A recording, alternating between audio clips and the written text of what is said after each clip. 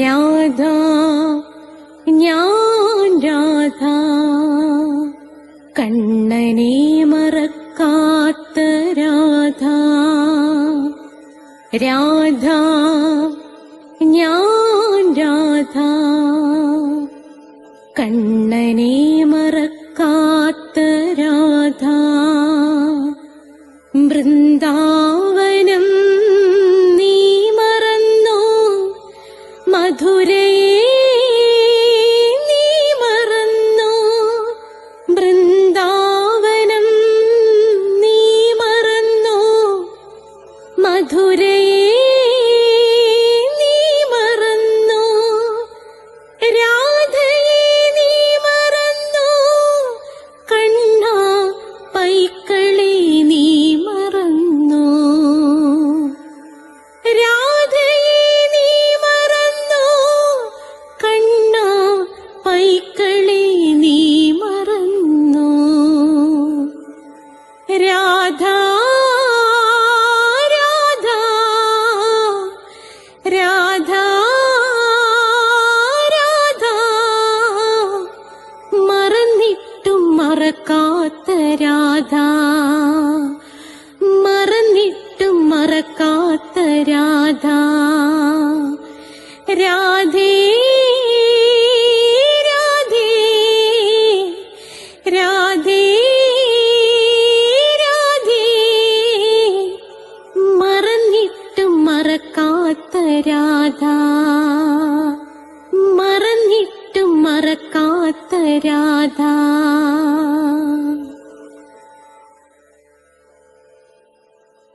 രാധേ രാധേ ഓ രാധേ രാധേ, രാധേ രാധേ ഓ രാധേ രാധേ.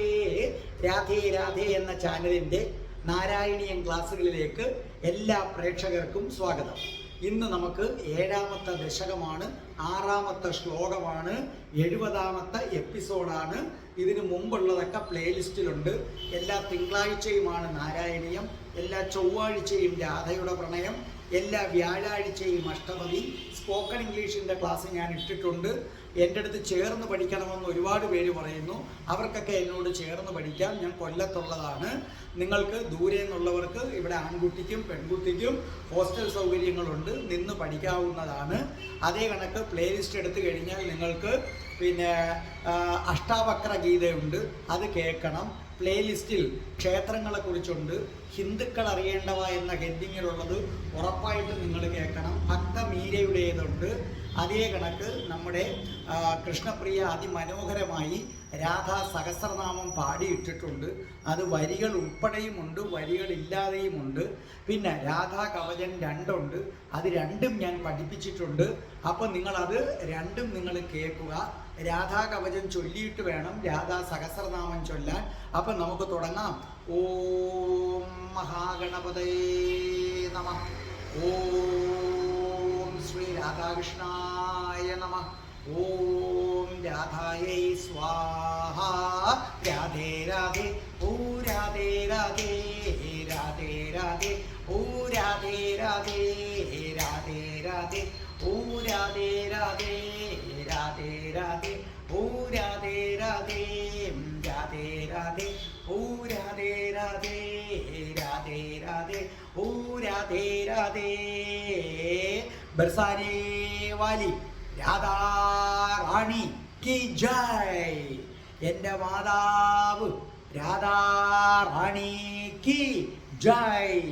എനിക്ക് സർവൈശ്വര്യങ്ങളും വാരിക്കോരിത്തരുന്ന എൻ്റെ പൊന്ന് രാധാ റാണി അമ്മ കി ജയ്. എനിക്ക് രോഗങ്ങൾ വരാതെ കാത്തുരക്ഷിക്കുന്ന എൻ്റെ പൊന്ന് രാധാ റാണി അമ്മ കി ജയ്. എന്നെ സർവ പാപങ്ങളിൽ നിന്നും മോചിപ്പിക്കുന്ന രാധാ റാണി അമ്മ കി ജയ്. അപ്പം നമുക്ക് തുടങ്ങാം. അതേ കണക്ക് കഠിന കൃഷ്ണഭക്തനായ ഞാൻ എങ്ങനെ രാധാഭക്തനായെന്നൊരു വീഡിയോ ഉണ്ട്. നിശ്ചയമായും നിങ്ങളത് കാണണേ. അതിൻ്റെ ലിങ്ക് ആവശ്യമുള്ളവർ എൻ്റെ ഫോൺ നമ്പർ ഇതിൻ്റെ ഡിസ്ക്രിപ്ഷൻ ബോക്സിലുണ്ട്. 9645333999. അതിൽ വാട്സപ്പ് വിട്ടാൽ മതി. അതുപോലെ നിങ്ങൾക്ക് ജ്യോതിഷപരമായി ഓരോ മാസത്തിൽ ജനിച്ചവരുടെ ഫലം, നക്ഷത്രത്തിൽ ജനിച്ചവരുടെ ഫലം ഇട്ടിട്ടുണ്ട്. ജ്യോതിഷപരമായി എന്ത് സംശയത്തിനും എൻ്റെ 9645333999 നിങ്ങൾ വിളിച്ചാൽ മതി. തികച്ചും സൗജന്യമായിരിക്കും. അപ്പോൾ നമ്മുടെ ഇന്നത്തെ നാരായണീയം 6ാമത്തെ ശ്ലോകം പാടാൻ പോകുന്നത്, ഇനി ഞാൻ ഒന്നും പറയുന്നില്ല, നിങ്ങളുടെ പ്രിയങ്കരിയായി മാറിക്കഴിഞ്ഞ കൃഷ്ണശ്രീ. കൃഷ്ണശ്രീയുടെ അതീവ ഹൃദ്യമായ സ്വരമാധുര്യത്തിലും ഭക്തിരസത്തിലും തുളുമ്പി നിൽക്കുന്ന വരികളാണിത്. കാരണം അത്രമേൽ നല്ല ഗുരുവായൂരപ്പ ഭക്തയാണ്. നോക്കൂ കൃഷ്ണശ്രീ, എനിക്ക് കൃഷ്ണശ്രീയെ കുറിച്ച് അഭിമാനമാണുള്ളത്. കാരണം നമ്മുടെ ഗ്രൂപ്പിലുള്ളവർ, നമ്മുടെ ചാനൽ കാണുന്നവർ പലരും എൻ്റെ വാക്കുകൾ കേട്ടിട്ട് കൃഷ്ണശ്രീയുടെ അടുക്കലേക്ക് പോകുന്നുണ്ട്. അവരൊക്കെ എന്തോരു നല്ല അഭിപ്രായമാണ് പറയുന്നത്. അവർ ആദ്യം എന്നോട് പറഞ്ഞത് ഇങ്ങനെ, സാറ് ഒരു സ്നേഹം ഉള്ളത് കൊണ്ട് സാർ ഇങ്ങനെ കൂടുതൽ പറയുകയാണ്, സാറിനൊരു വാത്സല്യവും സ്നേഹവും ഒക്കെ ഉള്ളത് കൊണ്ട് സാറ് ഒരു കഴിവുണ്ട്, കുറച്ചും കൂടെ സാറ് പറയുകയാണ് എന്നാണ് സാറേ ഞങ്ങൾ ആദ്യം കരുതിയത്. പക്ഷേ ടീച്ചർ പഠിപ്പിച്ചു തുടങ്ങിയപ്പോൾ സാറ് പറഞ്ഞിട്ടില്ലാത്ത ഒരുപാട് കഴിവുണ്ട്. അത് ശരിയാണ് നിങ്ങൾ പറയുന്നത്. ഞാൻ പറഞ്ഞിട്ടില്ലാത്ത, എനിക്ക് ഈ ഇങ്ങനെ കേട്ടും ആളുകൾ പറഞ്ഞുള്ള അറിവല്ലേ ഉള്ളൂ. നിങ്ങൾ അനുഭവിച്ചറിയുന്നവരല്ലേ. അപ്പം അനുഭവിച്ചറിയുന്നവർക്കല്ലേ അത് കൂടുതൽ അറിയാൻ പറ്റൂ. അപ്പം നിങ്ങൾ പറഞ്ഞത് സത്യമാണ്. ഞാൻ പറയുന്നതിനും അപ്പുറം കഴിവുണ്ട്. പക്ഷെ മനുഷ്യന് ഭാഷയ്ക്കൊരു പരിമിതിയില്ലേ. ആ പരിമിതിക്കകത്ത് നിന്നുകൊണ്ടാണ്, എനിക്കറിയാവുന്ന മലയാളം വെച്ചിട്ടാണ് ഞാൻ ഈ കൃഷ്ണശ്രീയുടെ കാര്യങ്ങൾ ഞാൻ പറയുന്നത്.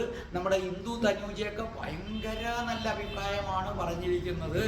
അതേ കണക്ക് തന്നെ എന്നെ ദുബായിൽ നിന്ന് ഒരു ലക്ഷ്മി മോഹൻ വിളിച്ചിരുന്നു എന്നെ. അപ്പോൾ ലക്ഷ്മി എന്നോട് പറഞ്ഞു, എന്നാ സിൻസിയാരിറ്റിയാണ് സാറേ എന്ന്. മാത്രവുമല്ല, ഇപ്പം ലക്ഷ്മിയുടെ ഹസ്ബൻഡും കൃഷ്ണശ്രീയുടെ അടുത്ത് പഠിക്കാൻ ചേർന്ന് കഴിഞ്ഞു എന്ന് പറഞ്ഞു. അത് മാത്രവുമല്ല, അവരവിടെ എന്തോ ഒരു പരിപാടി ലക്ഷ്മിയെ അവതരിപ്പിച്ചു. അതിൻ്റെ വരികളൊക്കെ ലക്ഷ്മിയുടെ ഹസ്ബൻഡാണ് എഴുതിയത്. കൃഷ്ണശ്രീയാണ് അതിന് ഈണം കൊടുത്തതെന്ന്. അതെനിക്ക് ഭയങ്കര അത്ഭുതമായി പോയി. അങ്ങനെ കൃഷ്ണശ്രീ നന്നായിട്ട് സംഗീത സംവിധാനം വരെ ചെയ്യുന്നുണ്ട്. അപ്പോൾ ലക്ഷ്മി എന്നോട് പറഞ്ഞു, അവരവിടെ ദുബായിൽ എന്തോ ഒരു കാര്യമാണ്, എനിക്കൊന്നും ഞാനത് ഓർക്കുന്നില്ല വ്യക്തമായിട്ട്. അതിൻ്റെ വോയിസ് റെക്കോർഡുണ്ട്, പറ്റുമെങ്കിൽ ഞാൻ അടുത്തതിനകത്ത് ഇട്ട് തരാം. അപ്പോൾ എന്നോട് പറഞ്ഞത് ഇങ്ങനെയാണ്, അതിന് പിന്നെ കൃഷ്ണശ്രീക്ക് വരികൾ കൊടുത്തു. കൃഷ്ണശ്രീ അത് ഗംഭീരമായി ട്യൂൺ ചെയ്തു, അത് അതിമനോഹരമായിട്ട് അവതരിപ്പിച്ചു എന്നാണ് എന്നോട് പറഞ്ഞത്. ദുബായ് ആണോ കുവൈറ്റ് ആണോ, ഒരു ഗൾഫ് നാടാണ്. അപ്പം കൃഷ്ണശ്രീക്ക് മനസ്സിലാവില്ലേ ലക്ഷ്മി എന്നെ വിളിച്ചു പറഞ്ഞതാണ്. ലക്ഷ്മിയുടെ വോയിസ് മെസ്സേജ് ഉണ്ട്, ഞാൻ ഇട്ട് തരാം കേട്ടോ.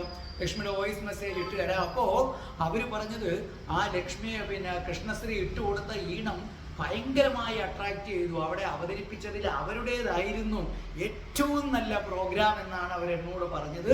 എനിക്കത് കേട്ടപ്പോൾ വളരെ സന്തോഷമായി. കാരണം ഞാൻ ഈ പറയുന്നതൊക്കെ സത്യമായി തീരുന്നല്ലോ. എല്ലാവരും നല്ല അഭിപ്രായം പറയുന്നല്ലോ. ഇനിയും എല്ലാവരും നല്ല അഭിപ്രായം പറയട്ടെ. കാരണം കൃഷ്ണശ്രീ കഴിവുള്ള കുട്ടിയല്ലേ. All India radio graded artist എന്നൊക്കെ പറഞ്ഞ് കളിച്ച കാര്യമോ. പിന്നെ ജനൻ TV-യിലെ പാടു നീടു വിന്നറാണ്, നിങ്ങൾക്കറിയാം.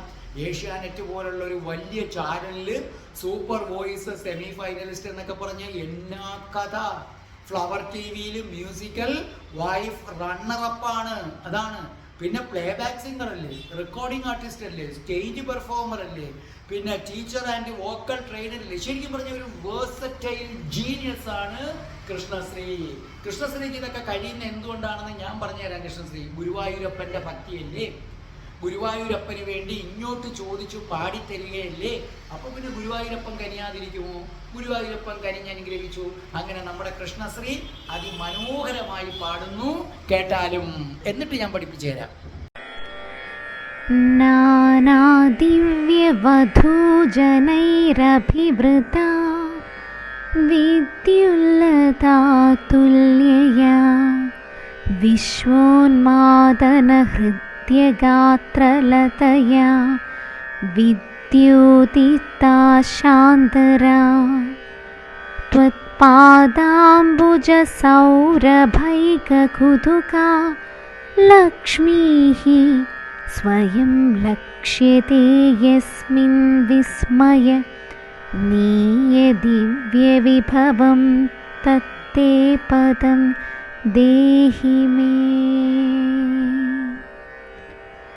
അപ്പോൾ നമുക്ക് ശ്ലോകത്തിലേക്ക് കടക്കാം. നമ്മുടെ കൃഷ്ണശ്രീ അത് മനോഹരമായി പാടിത്തന്നത് നിങ്ങൾ കേട്ടല്ലോ. നാനാ ദിവ്യ വധൂജനൈരഭിവൃത വിദ്യുല്ലതാ തുല്യയാ വിശ്വോന്മാദന ഹൃദ്യഗാത്രലതയാ വിദ്യോതിതാശാന്തരാ ത്വേ പാദാംബുജ സൗരഭൈക കുതുകാലക്ഷ്മി സ്വയം ലക്ഷ്യതേ യസ്മിൻ വിസ്മയനീയ ദിവ്യ വിഭാവത തേ പദം ദേഹി മേ. അപ്പോൾ നിങ്ങൾ അർത്ഥം എഴുതിക്കൊള്ളൂ. നാന അർത്ഥം അനേകം, നാന അനേകം. ദിവ്യവധൂജനൈ അർത്ഥം ദിവ്യ സ്ത്രീകളാൽ, ദിവ്യ സ്ത്രീകളാൽ. അഭിവൃത അർത്ഥം ചുറ്റപ്പെട്ടവളായി. വിദ്യുല്ലത അർത്ഥം മിന്നൽ കൊടിക്ക്. തുല്യയാ തുല്യയായി.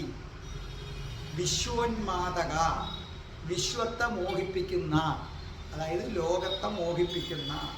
ഹൃദ്യ മനോഹരമായ. ഗാത്രലതയ ഗാത്രം ശരീരം, ലത വള്ളി. അപ്പം ഗാത്രലതയ വള്ളികൾക്ക് തുല്യമായ ശരീരമുള്ളവൾ എന്ന് പറഞ്ഞാൽ സുന്ദരി എന്നർത്ഥം. വള്ളികൾക്ക് തുല്യമായ സൗന്ദര്യമുള്ളവൾ, നമ്മൾ സ്ലിം ബ്യൂട്ടി എന്ന് പറയുന്നത്.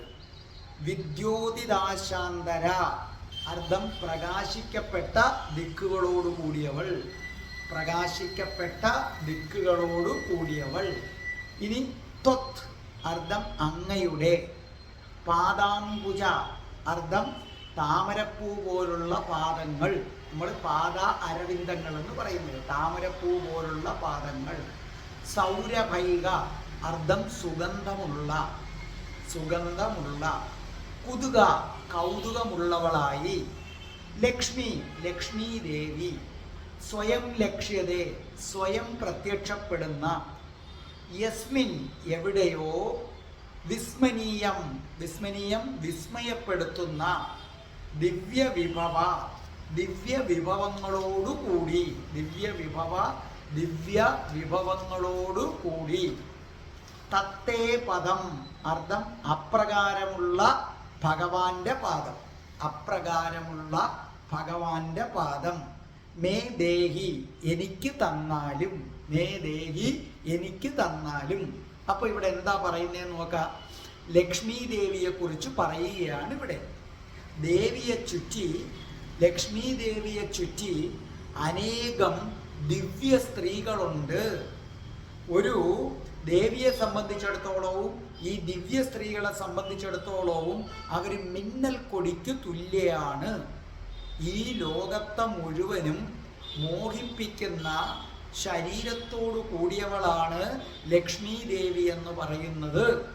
ലക്ഷ്മി ദേവിയുടെ ശോഭയില് 4 ദിക്കുകളും പ്രകാശിക്കുന്നു. അപ്പൊ ഈ ശ്ലോകത്തില് ലക്ഷ്മി ദേവിയെയാണ് ഭട്ടതിരിപ്പാട് വർണ്ണിക്കുന്നത്. ലക്ഷ്മി ദേവിയെ ചുറ്റി അനേകം ദിവ്യ സ്ത്രീകളുണ്ട്. ദേവിയും ദിവ്യ സ്ത്രീകളുമൊക്കെ മിന്നൽ കൊടിക്ക് തുല്യാണ്. ലോകത്തെ മുഴുവനും മോഹിപ്പിക്കുന്ന ശരീരത്തോട് കൂടിയവളാണ് ദേവി.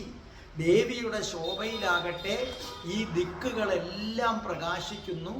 അങ്ങനെയുള്ള ലക്ഷ്മി ദേവി ഭഗവാന്റെ പാദമാകുന്ന താമരയിൽ നിന്ന് വരുന്ന ആ സുഗന്ധത്തിൽ ആകൃഷ്ടയാവുകയും എന്നിട്ട് ഭഗവാനെ സേവിച്ച് വൈകുണ്ഠത്തിൽ കഴിയുകയും ചെയ്യുന്നു. അപ്പൊ ഈ പറഞ്ഞ ലക്ഷ്മി ദേവി ഭഗവാന്റെ പാദമാകുന്ന താമരയിൽ നിന്ന് വരുന്ന ആ ഗന്ധമുണ്ട്, മണമുണ്ട്, അതിൽ ആകൃഷ്ടയായിട്ട് ഭഗവാന്റെ പാദാംബുജങ്ങളെ സേവിച്ച് വൈകുണ്ഠ ലോകത്ത് തന്നെ കഴിയുകയാണ് ലക്ഷ്മി ദേവി. അങ്ങനെ ഭഗവാന്റെ പാദങ്ങളെ താലോലിക്കുന്ന വൈകുണ്ഠ പദം എനിക്ക് നൽകണമേ. ഇതാണ് ഇതിൻ്റെ മൊത്തത്തിലുള്ള അർത്ഥം. അപ്പൊ ലക്ഷ്മി ദേവി, ദേവിയെ ചുറ്റി അനേകം ദിവ്യ സ്ത്രീകൾ, ഇവരൊക്കെ പിന്നെ ഏതിന് തുല്യമാണ്? മിന്നൽ കൊടിക്ക്, മിന്നലിന് തുല്യമാണ്. അതേ കണക്ക് തന്നെ ദേവിയെ സംബന്ധിച്ചിടത്തോളം ദേവിയുടെ ശരീരത്തു നിന്നുള്ള ശോഭയിൽ 4 ദിക്കുകളും ഇങ്ങനെ പ്രകാശിക്കുന്നു. ഭഗവാന്റെ പാദം താമരയാണ്. ആ ഭഗവാന്റെ പാദമാകുന്ന താമരയിൽ നിന്ന്, അല്ലെ, താമരയേക്കാൾ മനോഹരം, അതിൽ നിന്നൊരു സുഗന്ധം വരുന്നുണ്ട്. ദേവി അതിൽ ആകൃഷ്ടയായി ഭഗവാന്റെ പാദങ്ങളെ സേവിച്ച് കഴിയുകയാണ്. അങ്ങനെ ലക്ഷ്മി ദേവി ഭഗവാന്റെ പാദങ്ങളെ താലോലിച്ച് കഴിയുന്ന വൈകുണ്ഠലോകം എനിക്ക് നൽകണമേ. നമുക്ക് ഒന്നാമത്തെ വരിയിലേക്ക് നോക്കാം. ജ്ഞാനാദിവ്യ വധൂജനൈരഭിവൃത വിദ്യുല്ലതാ തുല്യ. ജ്ഞാന അനേകം, ദിവ്യവധൂജനൈ ദിവ്യ സ്ത്രീകളാൽ, അഭിവൃത ചുറ്റപ്പെട്ടവളായി, വിദ്യുല്ലത വിദ്യുല്ലത മിന്നൽ കൊടി, തുല്യയായി. അതാണ് എന്താണ് ഒന്നാമത്തെ വരിയിൽ പറഞ്ഞിരിക്കുന്നത്. അതായത് ഭൂമിയിൽ നമുക്ക് എന്തൊക്കെയാണോ ആകർഷകമായി തോന്നുന്നത്, ഈ ഭൂമിയിലെ ഏതൊക്കെ വസ്തുക്കളാണോ നമ്മളെ ആകർഷിക്കുന്നത്, ഭൂമിയിലെ ഏതൊക്കെ വസ്തുക്കൾ അല്ലെങ്കിൽ മനുഷ്യരാണോ നമുക്ക് സുന്ദരമായി തോന്നുന്നത്, ഭൂമിയിലെ എന്തൊക്കെ വസ്തുക്കളാണ് സമ്പന്നമായി തോന്നുന്നത്, ധനമുണ്ടാകുന്നതായി തോന്നുന്നത്. ഇപ്പൊ രത്നം എന്ന് പറയുന്നത് എന്താണ്? സമ്പന്നമാണത്, സമ്പന്നമായി തോന്നുന്നത്. ഏതൊക്കെയാണോ നമുക്ക് സുഖം തരുന്നതായി തോന്നുന്നത്, ഇതൊക്കെ ലക്ഷ്മി ദേവിയുടെ വിഭൂതികളാണ്. വിഭൂതി എന്ന് പറഞ്ഞാൽ എന്താ? ലക്ഷ്മി ദേവിയുടെ ശക്തി കൊണ്ട് സൃഷ്ടിക്കപ്പെട്ട ചില ഭാഗങ്ങൾ, ലക്ഷ്മി ദേവിയുടെ ശക്തി കൊണ്ട് സൃഷ്ടിക്കപ്പെട്ട ലക്ഷ്മി ദേവിയുടെ തന്നെ ഭാഗങ്ങളാണ്. അതാണ് വിഭൂതി എന്ന് പറയുന്നത്. അപ്പൊ ഈ ഭൂമിയിൽ നിങ്ങൾക്ക് എന്തൊക്കെയാണോ ആകർഷകമായി തോന്നുന്നത്, സുന്ദരമായി തോന്നുന്നത്, സമ്പന്നമായത്, സുഖം തരുന്നത്, ഇതൊക്കെ നിങ്ങളെ ആനന്ദിപ്പിക്കുന്നതെല്ലാം ലക്ഷ്മി ദേവിയുടെ ശക്തി കൊണ്ടുണ്ടായ വസ്തുക്കളാണ്.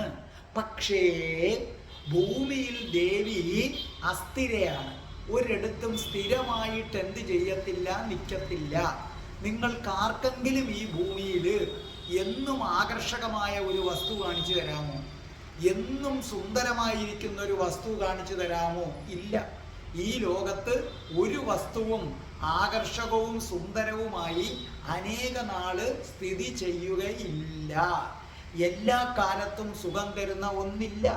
നിങ്ങൾ ഇന്ന് കാണുന്ന ഭൂലോക സുന്ദരി 10-20 വർഷം കഴിയുമ്പോൾ നോക്കിക്കൊള്ളണം, ആകെ കുഴപ്പമാകും. അപ്പൊ നമ്മൾ ഇന്ന് സുന്ദരം എന്ന് തോന്നുന്നതൊന്നും അധിക നാള് സുന്ദരമായി നിൽക്കില്ല. ഈ സൗന്ദര്യം ലക്ഷ്മി ദേവിയുടെ വിഭൂതിയാണ്. പക്ഷെ അതിനൊരു പരിമിതി ഉണ്ട്. അത് കഴിയുമ്പോൾ അത് വിട്ടുപോകും. സുഖങ്ങള്, എല്ലാ സുഖത്തിനും ഒരു പരിമിതി ഉണ്ട്. എല്ലാ കാലത്തും നമുക്ക് സുഖം കിട്ടില്ല. നിങ്ങൾ കോടീശ്വരനാണെങ്കിലും ഇടയ്ക്ക് എത്രയോ തവണ സുഖം വിട്ട് ദുഃഖിക്കും. അപ്പോൾ ലക്ഷ്മിയുടെ സാന്നിധ്യം ഉണ്ടായിട്ടുള്ള വസ്തുക്കളും വ്യക്തികളും കാലഘട്ടങ്ങളും എവിടെയാണോ ലക്ഷ്മി ദേവിയുടെ സാന്നിധ്യം ഉണ്ടാകുന്നത്, അതൊരു വ്യക്തികളിലാണെങ്കിലും വസ്തുവിലാണെങ്കിലും കാലഘട്ടങ്ങളിലാണെങ്കിലും അവർ ഐശ്വര്യപൂർണമാകും. പക്ഷെ അല്പനേരത്തേക്ക് മാത്രം. മനസ്സിലായില്ലേ? എവിടെ ലക്ഷ്മി ദേവി വരുന്നുവോ അതൊരു വീട്ടിൽ വന്നു കയറിയാൽ അവിടെ ഐശ്വര്യം ഉണ്ടാകും. ഒരു വ്യക്തിയിൽ വന്നാൽ വ്യക്തിയിൽ ഐശ്വര്യം ഉണ്ടാകും. ഏതിൽ വന്നാലും പക്ഷെ അധിക നാള് നിലനിൽക്കില്ല. ലക്ഷ്മി ദേവിയുടെ പ്രസാദം ആകാശത്ത് മിന്നിമറയുന്ന മിന്നൽ പോലെയാണ്, മിന്നൽ കൊടി പോലെയാണ്. മിന്നലും വന്ന് അപ്പോഴേ പോകും. അതുപോലെയാണ് സൗന്ദര്യം. നമ്മൾ കണ്ടുകൊണ്ടിരിക്കുമ്പോൾ പെട്ടെന്ന് അപ്രത്യക്ഷമാകും. ധനം നമ്മൾ കണ്ടുകൊണ്ടിരിക്കുമ്പോൾ പെട്ടെന്ന് അപ്രത്യക്ഷമാകും. ഈ ദേവിയെ ആചാര്യന്മാർ അവതരിപ്പിക്കുന്നത് നാനാ ദിവ്യ വധൂജനൈ അഭിവൃത എന്നാണ്. പട്ടതിരിപ്പാട് എഴുതിയിരിക്കുന്നത് എങ്ങനെയാണ്? നാനാ ദിവ്യ വധൂജനൈ, അനേകം ദിവ്യ സ്ത്രീകളാൽ, അഭിവൃത ചുറ്റപ്പെട്ടിരിക്കുന്നു. ദേവിയെ ചുറ്റപ്പെട്ട് നിൽക്കുന്ന ഈ സ്ത്രീകൾ ആരാണെന്ന് നിങ്ങൾക്കറിയാമോ? അവരുടെ പേരാണ് സമൃദ്ധി എന്ന് പറയുന്നത്. ലക്ഷ്മി ദേവിയെ ചുറ്റി നിൽക്കുന്ന ദിവ്യ സ്ത്രീകളുടെ പേരാണ് സമൃദ്ധി എന്ന് പറയുന്നത്. ഈ ദേവിക്കും ദേവിയെ ചുറ്റപ്പെട്ട് നിൽക്കുന്ന ദിവ്യ സ്ത്രീകളായ സമൃദ്ധികൾക്കുമെല്ലാം മിന്നലിൻ്റെ സ്വഭാവമാണ്. ഇവരധിക നാട് ആർക്കും ഒരു സന്തോഷമോ സൗന്ദര്യമോ സുഖമോ ആകർഷത്വമോ ഒന്നും നൽകില്ല. പക്ഷേ ഈ ലക്ഷ്മി ദേവിയും സമൃദ്ധിയും സ്ഥിരമായി നിൽക്കുന്ന ഒരു സ്ഥലമുണ്ട്. മനസ്സിലായില്ലേ? ഭൂമിയിൽ നിങ്ങൾക്ക് സൗന്ദര്യം കുറച്ച് നാൾ കഴിയുമ്പോൾ ലക്ഷ്മി ദേവി പോകും, അപ്പം സൗന്ദര്യവും പോകും. ധനം കുറച്ച് നാൾ കഴിയുമ്പോൾ ലക്ഷ്മി ദേവി പോകും, ധനവും പോകും. പക്ഷേ ലക്ഷ്മി ദേവി എവിടെയും പോകാതെ സ്ഥിരമായി നിൽക്കുന്ന ഒരു സ്ഥലമുണ്ടെന്നും അത് സാക്ഷാൽ വൈകുണ്ഠമാണെന്നും അവിടെ ദേവി സ്ഥിരതയാർന്നവളാണെന്നും ശാശ്വതമായ സൗദാമിനിയാണെന്നുമാണ് ഇവിടെ ഭട്ടതിരിപ്പാട് പറയുന്നത്. അതാണ് ഒന്നാമത്തെ വരിയുടെ അർത്ഥം. ഇനി നമുക്ക് രണ്ടാമത്തെ വരിയിലേക്ക് വരാം. എന്താ രണ്ടാമത്തെ വരി?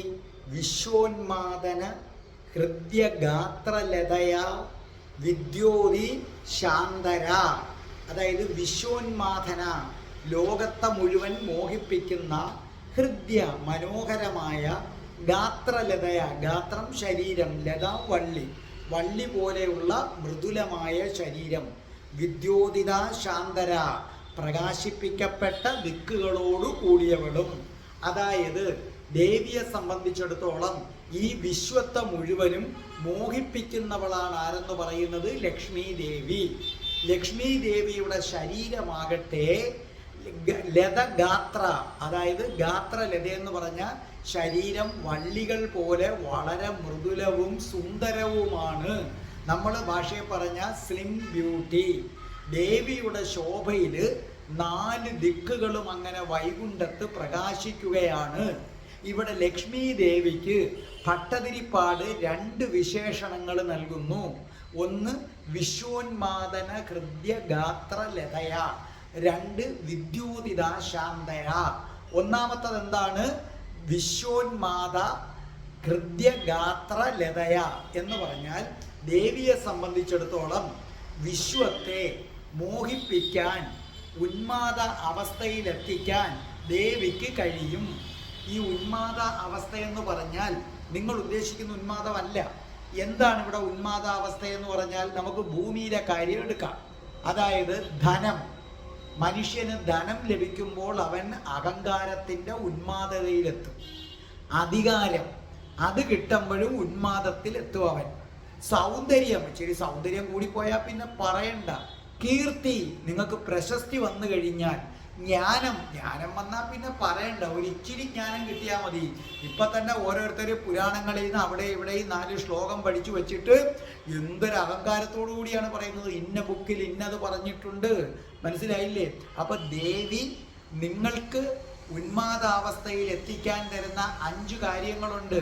ധനം, അധികാരം, സൗന്ദര്യം, കീർത്തി, ജ്ഞാനം. ഈ രൂപത്തിലാണ് ദേവിയുടെ പ്രസാദം നിങ്ങൾക്ക് അനുഭവപ്പെടുന്നത്. പക്ഷേ എന്താ പ്രശ്നം? ഇതിലേതെങ്കിലും ഒന്ന് കിട്ടിക്കഴിഞ്ഞാൽ മനുഷ്യൻ മത്തു പിടിച്ചതുപോലെ പെരുമാറും. അവന് തിരിച്ചറിയാനുള്ള കഴിവ് നഷ്ടപ്പെടും. ഒരുത്തനങ്ങ് ധനം കൂടിക്കഴിഞ്ഞാൽ, സൗന്ദര്യം കൂടിക്കഴിഞ്ഞാൽ, അധികാരമൊക്കെ കിട്ടിക്കഴിഞ്ഞാൽ പിന്നെ ഭ്രാന്ത് പിടിച്ചതുപോലെ പെരുമാറും. ധർമ്മചിന്ത മറന്നു കളയും. ഭഗവാനെ തന്നെ ചിലപ്പം മറന്നു കളയും. അതുകൊണ്ടാണ് കുചേലന് ആദ്യമൊന്നും ഭഗവാൻ ധനം കൊടുക്കാതിരുന്നത്. കാരണം ഭഗവാനെ വിസ്മരിച്ചു പോകും. അപ്പോൾ ഒരു കാര്യം ആലോചിക്കുക. ഒരു മനുഷ്യന് ധനം കിട്ടുമ്പോൾ അവൻ അഹങ്കരിക്കും. സൗന്ദര്യം കിട്ടിയാൽ, അധികാരം കിട്ടിയാൽ, പ്രശസ്തി കിട്ടിയാലൊക്കെ ഇവൻ അഹങ്കരിക്കും. അങ്ങനെ അഹങ്കരിക്കുമ്പം ദേവി അവിടെ നിന്ന് ഇറങ്ങിപ്പോകും. കാരണം ലക്ഷ്മി ദേവി ശുദ്ധ സത്വ സ്വരൂപിണിയാണ്. ശുദ്ധി ഉള്ളിടത്തും സത്വഗുണമുള്ളിടത്തും മാത്രമേ നിൽക്കൂ. അധർമ്മവും മാലിന്യവും ഉള്ളിടത്ത് ലക്ഷ്മി ദേവി നിൽക്കില്ല. അവിടെ നിന്ന് വിട്ടുപോകും. ദേവി പോയാൽ ദേവിയെ അകമ്പടി സേവിക്കുന്ന ദിവ്യ സ്ത്രീകളായ സമൃദ്ധികളും പോകും. അതാണ് പ്രശ്നം. മുമ്പ് അധികാരത്തിലിരുന്ന ഓരോ മനുഷ്യര് പിന്നെ അധികാരമില്ലാതെ ആരും തിരിഞ്ഞു നോക്കാത്ത അവസ്ഥയിലൊക്കെ നിൽക്കുന്നത് നമ്മൾ കണ്ടിട്ടില്ലേ? അപ്പോൾ ഇതെല്ലാവർക്കും അറിയാം. ലക്ഷ്മി ദേവി ധനം തന്നാൽ, കുഴപ്പം കാണിച്ചാൽ എടുത്തുകൊണ്ട് പോകുമെന്നറിയാം. ദേവി അധികാരം തന്നാൽ, കുഴപ്പം കാണിച്ചാൽ എടുത്തുകൊണ്ട് പോകുമെന്നറിയാം. എന്നാൽ പോലും മനുഷ്യന് ഈ ദേവിയുടെ അനുഗ്രഹം കിട്ടിക്കഴിഞ്ഞാൽ അവൻ ഉന്മാദാവസ്ഥയിൽ എത്തിക്കൊണ്ടേയിരിക്കും. അങ്ങനെ ഉന്മാദാവസ്ഥയിലെത്തും. എന്തിൻ്റെ? അഹങ്കാരത്തിൻ്റെ ഉന്മാദാവസ്ഥയിൽ അവൻ എത്തിച്ചേരും. ഇതിനെയാണ് വിശ്വ ഉന്മാദന ഹൃദ്യഗാത്ര ലതയ, ഈ ലോകത്തെ മുഴുവനും ഉന്മാദ അവസ്ഥയിലെത്തിക്കുന്ന, അഹങ്കാരത്തിൻ്റെ ഉന്മാദ അവസ്ഥയിലെത്തിക്കുന്ന, എന്നാൽ ലത പോലെയുള്ള ശരീരമുള്ള സുന്ദരിയാണ് ലക്ഷ്മി ദേവി എന്നാണ് ആ പറഞ്ഞതിൻ്റെ അർത്ഥം. അപ്പൊ ഇത് കേട്ടുകൊണ്ടിരിക്കുന്നവര് ശ്രദ്ധിക്കുക. നിങ്ങൾക്ക് അല്പം ധനം വന്നാലോ സൗന്ദര്യമുണ്ടെങ്കിലോ നിങ്ങൾക്ക് പ്രശസ്തി ഉണ്ടെങ്കിലോ അധികാരമുണ്ടെങ്കിലോ അഹങ്കരിക്കരുത്. അഹങ്കരിക്കുന്ന നിമിഷം ലക്ഷ്മി ദേവി അവിടെ നിന്ന് ഇറങ്ങിപ്പോകും. രണ്ടാമത്തെ വിശേഷണം വിദ്യോതിതാശാന്തര എന്ന് പറഞ്ഞാൽ അസാമാന്യമായ ശോഭയുള്ള ആളാണ് ലക്ഷ്മി ദേവി. ലക്ഷ്മി ദേവിയുടെ ശോഭയിൽ 4 ദിക്കുകളും പ്രകാശിക്കുന്നു എന്നാണ് അർത്ഥം. ഇനി നമുക്ക് മൂന്നാമത്തെ വരിയിലേക്ക് വരാം. ത്വത്പാദാംബുജ സൗരഭൈക കുതുകാൽ ലക്ഷ്മി സ്വയം ലക്ഷ്യതേ. ത്വത് അങ്ങയുടെ പാദാംബുജം താമരപ്പൂ പോലുള്ള പാദങ്ങൾ അല്ലേ, സൗരഭൈക നല്ല സുഗന്ധമുള്ളത്, കുതുക അതിൽ കൗതുകമുള്ളവളായി, ലക്ഷ്മി ദേവി സ്വയം ലക്ഷ്യതേ സ്വയം പ്രത്യക്ഷപ്പെടുന്നു. അതായത് ഭൂമിയിലാണ് ദേവി ഒരിടത്ത് സ്ഥിരമായി ഉറച്ചു നിൽക്കാതെ ചാഞ്ചാടി കളിക്കുന്നത്. അതുകൊണ്ടാണ് ഇന്നൊരുത്തന് ധനം വന്നാൽ നാളെ അവന് ധനമില്ലാതാകും, സൗന്ദര്യമുള്ളവന് സൗന്ദര്യം ഇല്ലാതാകും, അധികാരമുള്ളവന് അധികാരം ഇല്ലാതാകും. പക്ഷേ വൈകുണ്ഠത്ത് ദേവി അങ്ങനെയല്ല, ഭൂമിയിലെ പോലെയല്ല. വൈകുണ്ഠത്ത് ദേവി സ്ഥിരമായി വസിക്കുന്നു. കാരണം ഭഗവാന്റെ പാദങ്ങളാകുന്ന താമരപ്പൂക്കളുടെ സുഗന്ധത്തിൽ അത്ര കണ്ട് ആകൃഷ്ടയായി പോയി ദേവി. ആ താമരപ്പൂവിനെ വിട്ട് ദേവിക്ക് ഇനി പോകാൻ പറ്റത്തില്ല. അതായത് ഒരു പൂ ഉണ്ടെങ്കിൽ, അതും മനോഹരമായ താമരപ്പൂ ഉണ്ടെങ്കിൽ, അതിൻ്റെ സൗന്ദര്യത്തിൽ ഭ്രമിച്ച് വണ്ട് അതിന് ചുറ്റും ഇങ്ങനെ പറന്നുകൊണ്ടേയിരിക്കും. ഇവിടെ 2 താമരയുണ്ട്. കാരണം ഭഗവാന്റെ 2 പാദങ്ങൾ, ഭഗവാന്റെ 2 പാദങ്ങളും താമരപ്പൂ പോലെയാണ്. അപ്പോൾ ഒരു താമരപ്പൂ കിട്ടിയാൽ തന്നെ വണ്ട് മാറത്തില്ല, അവിടെ വട്ടമിട്ട് പറക്കും. അപ്പൊ 2 താമരപ്പൂ കിട്ടിയാൽ പിന്നെ പോകുമോ? ഇവിടെ ദേവിക്ക് ഇതാ വൈകുണ്ഠത്ത് 2 താമരപ്പൂക്കൾ കിട്ടിയിരിക്കുന്നു. ഭഗവാന്റെ പാദങ്ങൾ, ആ ചെന്താമര പോലെയുള്ള പാദങ്ങൾ വിട്ട് ദേവിക്ക് പോകാനാകില്ല. അതുകൊണ്ട് ദേവി വൈകുണ്ഠത്ത് സ്ഥിരമായി താമസം ഉറപ്പിച്ചു. ഇനി നമുക്ക് 4ാമത്തെ വരിയിലേക്ക് കിടക്കാം. യസ്മിൻ വിസ്മയനീയ ദിവ്യ വിഭവാ തത്തേ പദം ദേഹി മേ. യസ്മിൻ എന്ന് പറഞ്ഞു കഴിഞ്ഞാൽ എന്താണ്? എവിടെ? വിസ്മയനീയം അതിശയിപ്പിക്കുന്ന ദിവ്യ വിഭവ, ദിവ്യങ്ങളായ വിഭവങ്ങളോടുകൂടി, തത്തേ പദം അങ്ങനെയുള്ള അങ്ങയുടെ പദം, മേ ദേഹി എനിക്ക് തന്നാലും. അതായത് 4ാമത്തെ വരിയിൽ പറയുന്നത് എന്താണെന്നറിയാവോ? ദേവിയുടെ കടക്കൻ നോട്ടം ഒരൽപ്പം പതിഞ്ഞാൽ മതി, അവിടെ ഐശ്വര്യ സമൃദ്ധമാണ്. ദേവിയുടെ നോട്ടം 100% പതിയണ്ട, ഒരു 10% പതിഞ്ഞാൽ മതി, അവിടെ ഐശ്വര്യ സമൃദ്ധമാകും. അപ്പോൾ വൈകുണ്ഠത്തിൽ ദേവി ഭഗവാന്റെ പാദങ്ങളെ അങ്ങനെ താലൂലിച്ച് സമൃദ്ധികളാകുന്ന ദിവ്യ സ്ത്രീകളോടൊത്ത് സ്ഥിരമായി കഴിയുന്നത് കൊണ്ട് ദേവിയുടെ നോട്ടം പൂർണ്ണമായും വൈകുണ്ഠത്തിലാണ്. അപ്പൊ ദേവിയുടെ നോട്ടം അല്പം ഒന്ന് പതിഞ്ഞാൽ പോലും ഐശ്വര്യ സമൃദ്ധമാകുമെങ്കിൽ, ദേവിയുടെ നോട്ടം പൂർണ്ണമായി പതിഞ്ഞാൽ പിന്നെ അവിടുത്തെ സ്ഥിതി എന്തായിരിക്കും? ഐശ്വര്യത്തെ നമുക്ക് എങ്ങനെ വിവരിക്കാൻ പറ്റും? ആരെയും വിസ്മയിപ്പിക്കുന്ന ഐശ്വര്യങ്ങളും ദിവ്യ വിഭവങ്ങളുമായിരിക്കും. അതായത് നമുക്ക് സ്വപ്നം പോലും കാണാൻ പറ്റാത്ത ഫ്രൂട്ട്സുകൾ, വിഭവം എന്ന് പറയുന്നത് മനസ്സിലായില്ലേ? നമുക്ക് സ്വപ്നം പോലും കാണാൻ പറ്റാത്ത ഫ്രൂട്ട്സുകൾ, പിന്നെ തേൻ നദികൾ, നമ്മളിവിടെ വെള്ളത്തിലുള്ള നദികളാണ് കാണുന്നത്, തേൻ നദികൾ. അങ്ങനെ ദേവിയുടെ കടാക്ഷം പൂർണ്ണമായി പതിഞ്ഞിരിക്കുന്ന അവിടെ ദിവ്യ വിഭവങ്ങളുടെ കൂട്ടമാണ്. അത് നമുക്ക് ആർക്കും വർണ്ണിക്കാൻ പറ്റില്ല. അങ്ങനെ ലക്ഷ്മി ദേവിയുടെ ഇരിപ്പിടമായ വൈകുണ്ഠത്തിലെ ഭഗവാന്റെ പാദങ്ങളിൽ ഒരു സ്ഥാനം എനിക്കും തരേണമേ എന്നാണ് പ്രാർത്ഥന. ഇവിടെ രണ്ടർത്ഥമുണ്ട്. ഒന്ന്, ലക്ഷ്മി ദേവി വൈകുണ്ഠത്താണ് താമസിക്കുന്നത്. ലക്ഷ്മി ദേവി താമസിക്കുന്ന വൈകുണ്ഠത്തിൽ എനിക്കൊരു സ്ഥാനം തരണേ.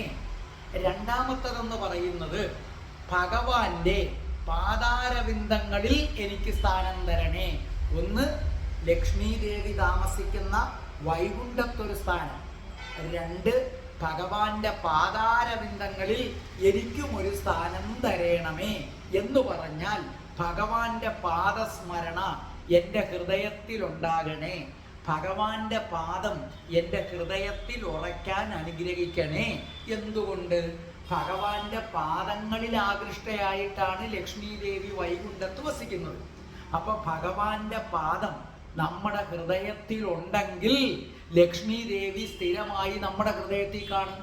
കാരണം ഭഗവാന്റെ പാദം എവിടെയുണ്ടോ അവിടെ ലക്ഷ്മി ദേവിക്ക് ഇരുന്നേ പറ്റൂ. അതുകൊണ്ടാണ് ഈ ഭഗവാന്റെയും രാധാറാണിയുടെയൊക്കെ പാദങ്ങൾ പൂജിക്കാൻ പറയുന്നത്. അപ്പം ഭഗവാന്റെ പാദങ്ങൾ നമ്മുടെ ഹൃദയത്തിൽ ഇങ്ങനെ സദാ നിറഞ്ഞു നിൽക്കണം.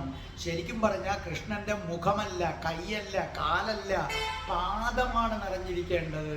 നിങ്ങളൊക്കെ മുഖവും കയ്യും ഒക്കെയാണ് ഓർക്കുന്നത്. അല്ല, ഭഗവാന്റെ പാദം നിങ്ങളുടെ ഹൃദയത്തിൽ പതിഞ്ഞാൽ ഉടനെ ലക്ഷ്മി ദേവി നിങ്ങളുടെ ഹൃദയത്തിൽ വസിക്കുകയും അതോടുകൂടി നിങ്ങൾക്ക് സർവ്വ ഐശ്വര്യങ്ങളും ഉണ്ടാവുകയും ഈ ഭൂമിയിലെ ജീവിതം അവസാനിക്കുന്നതുവരെ ദിവ്യമായ ഐശ്വര്യത്തോടുകൂടി നിങ്ങൾക്ക് കഴിയാനും താമസിക്കും. അപ്പൊ നമുക്ക് പ്രാർത്ഥിക്കാം, ഭഗവാനേ, അങ്ങയുടെ പാദം ഞങ്ങളുടെ മനസ്സിൽ ഉറയ്ക്കാൻ അനുഗ്രഹിക്കണേ. അങ്ങനെ സാക്ഷാൽ ലക്ഷ്മി ദേവി വാണരുളുന്ന വൈകുണ്ഠത്തിൽ ഞങ്ങൾക്കും ഒരു സ്ഥാനം തരേണമേ. കൃഷ്ണ രാധേ രാധേ, ഓ രാധേ രാധേ, രാധേ രാധേ, ഓ രാധേ രാധേ, രാധേ രാധേ, ഓ രാധേ രാധേ, രാധേ രാധേ, ഓ രാധേ രാധേ, രാധേ രാധേ, ഓ രാധേ രാധേ, രാധേ രാധേ, ഓ രാധേ രാധേ. ഓം ശ്രീം ക്രീം ക്ലീം ഐം രം രസേശ്വരി രാധികായേ സ്വാഹ.